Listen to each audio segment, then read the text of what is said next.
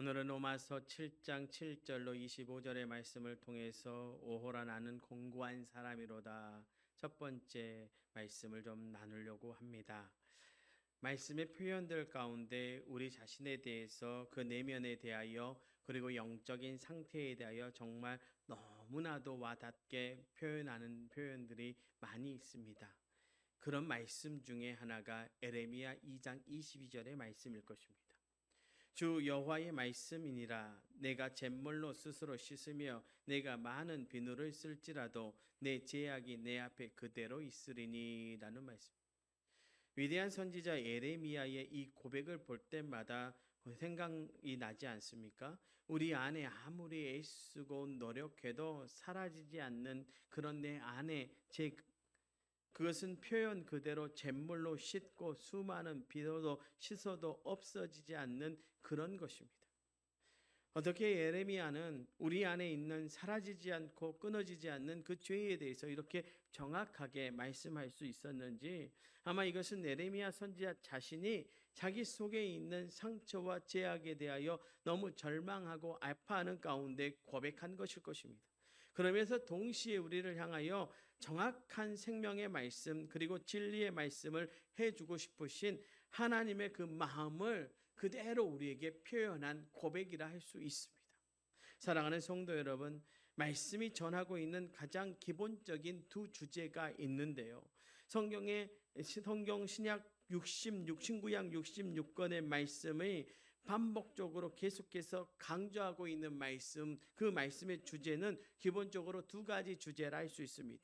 그 가운데 첫 번째는 바로 하나님은 사랑이다라고 하는 거예요. 하나님은 좋으신 분입니다. 하나님은 우리를 사랑하십니다. 그래서 아들 예수 그리스도 보내주신 거 아니겠습니까? 그것이 창세기 1장 1절부터 여러 가지 방식으로 성경의 말씀 가운데 끊임없이 우리에게 말씀하십니다. 내가 사랑이니 내가 너희를 사랑한다라고 끊임없이 하나님은 우리에게 말씀하십니다. 어쩌면 성경 이 신구약 66권은 하나님의 우리를 향한 프로포즈를 할 수 있을 것입니다. 성경의 또 다른 주제는 우리는 죄인이라는 것이죠. 우리는 정말 악하다는 것입니다.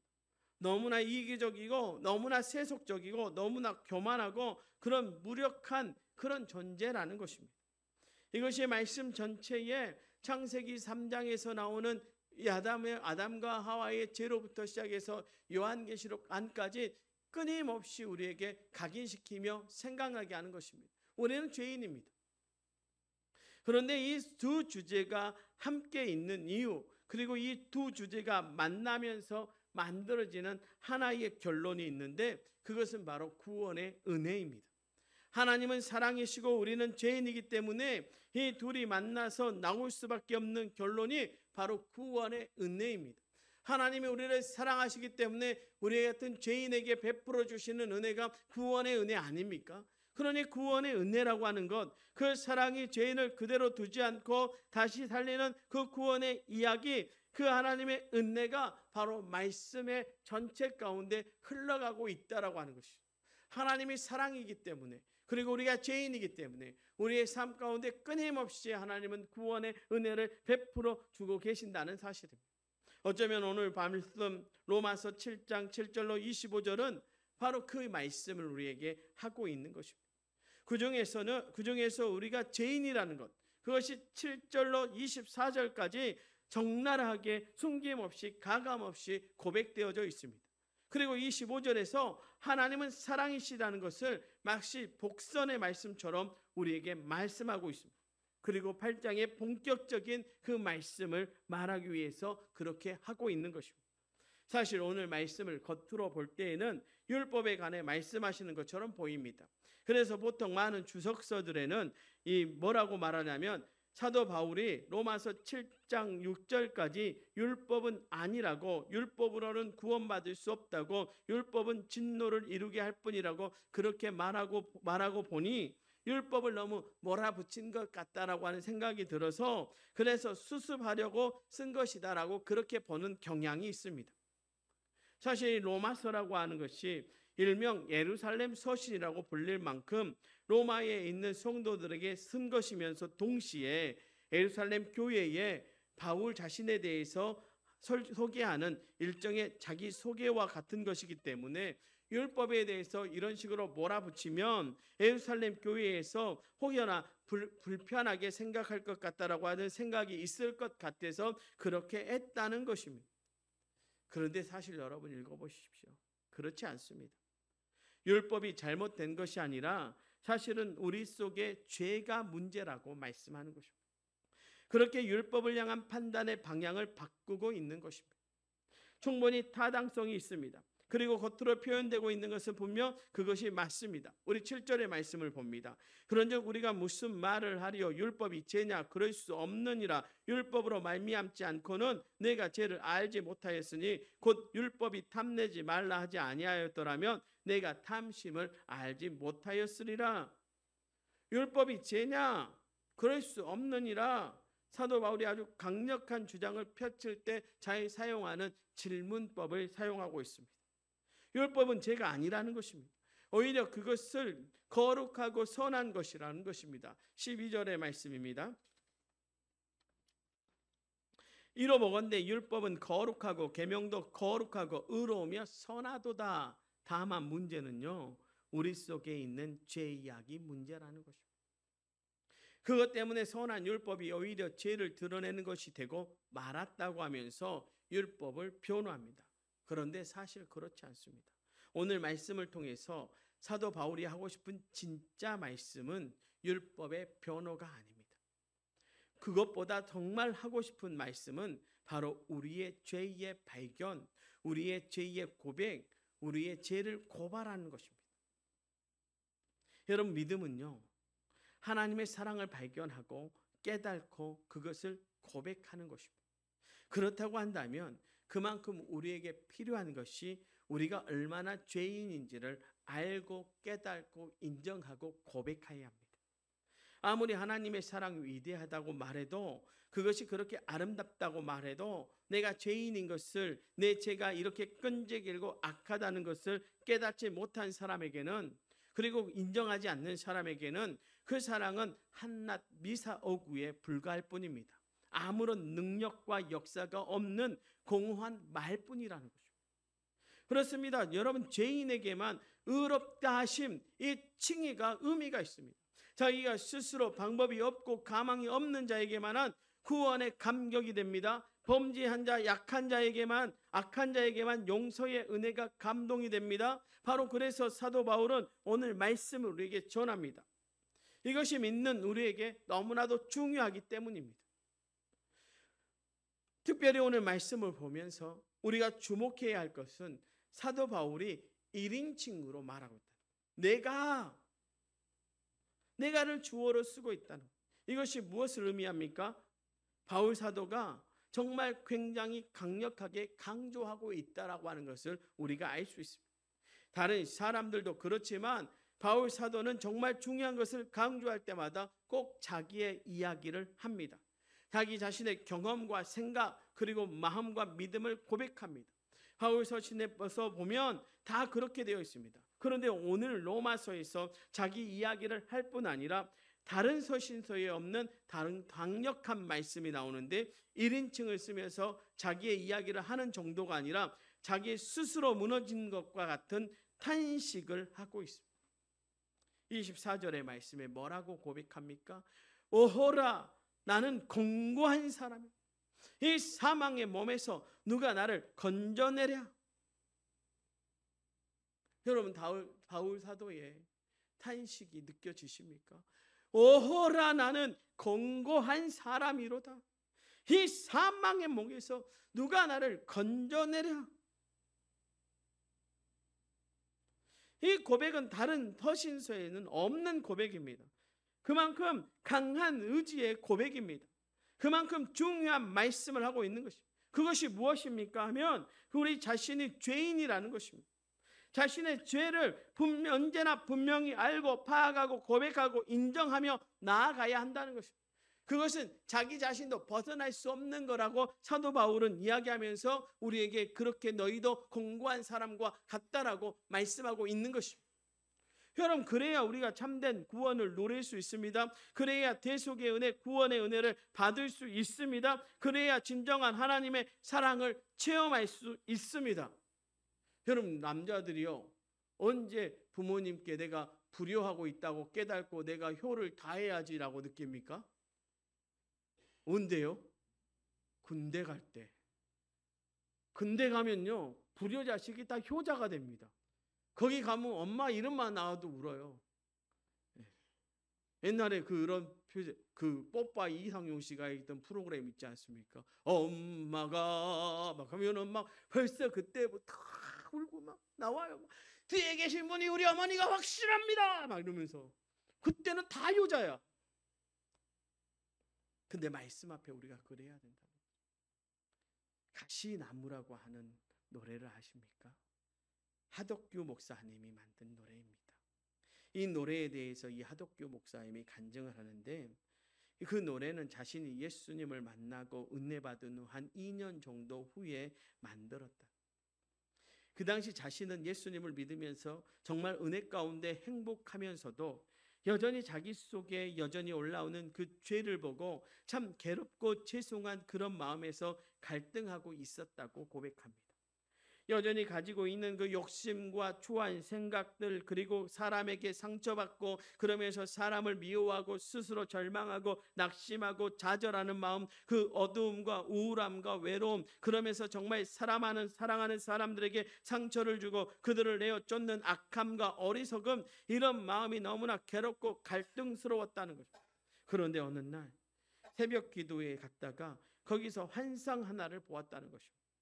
그것은 가시나무 덩굴 같은 곳에서 피 흘리고 계시는 예수님의 형상이었다. 그 순간 깨달아지는 것이, 이렇게 여전히 가시나무 숲 같은 죄에 얽히고 설킨 자기의 마음 한가운데 여전히 계시면서 그 가시에 찔려 피 흘리시면서도 함께 하시는 죄 속의 주님을 보면서 너무 죄송하고 너무 감사하고 그 은혜에 어떻게 할 수 없는 그런 마음에 집에 돌아오자마자 10분 만에 가사를 쓰고 곡을 붙인 노래가 바로 가시나무라. 그러니까 이 노래는요, 자기의 죄를 한탄하는 노래가 아니라 주님의 그 은혜에 대해와 사랑에 대하여 감격하며 고백하는 그런 노래였다는 것입니다.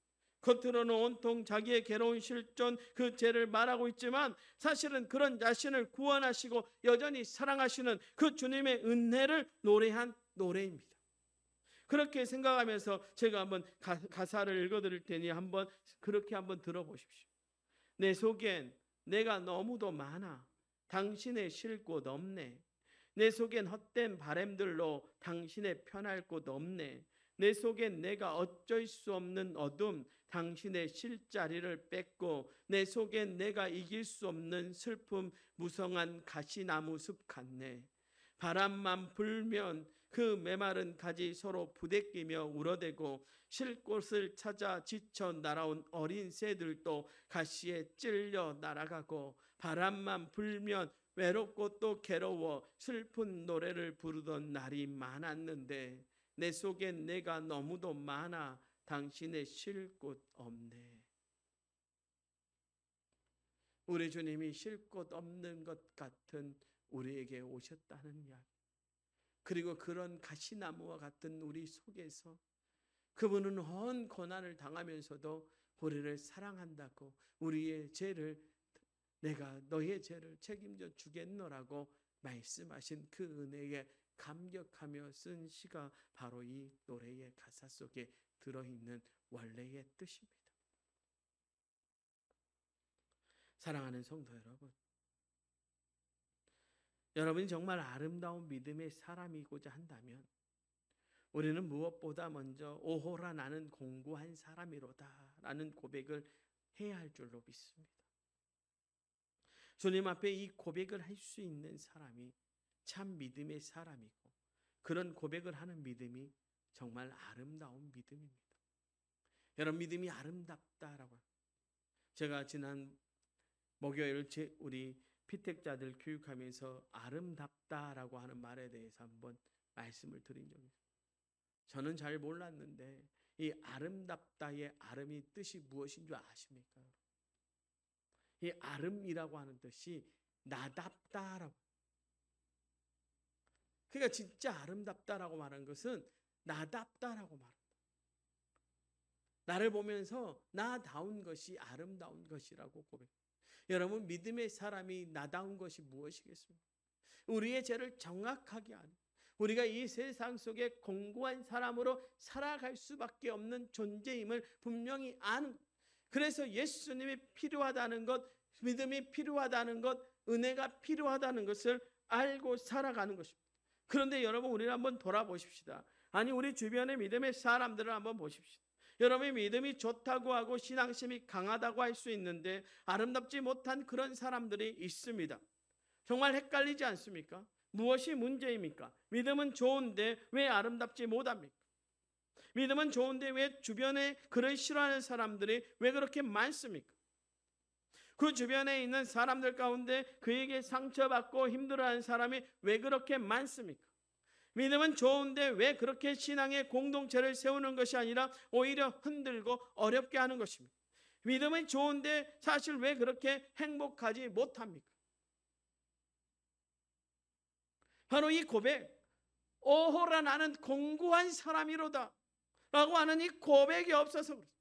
주님 앞에서 자신의 죄를 보고 그 악함에 괴로워하면서 이 고백을 진정으로 해야 되는데 그렇지 않기 때문에 그렇습니다. 나는 저 사람보다 낫지. 나는 우리 아내보다 낫지. 나는 우리 남편보다 낫지. 나는 누구 권사보다 낫지. 이렇게 생각하기 때문에 나는 누구보다 거룩하지. 나는 누구보다 나으니까. 아니더라고요.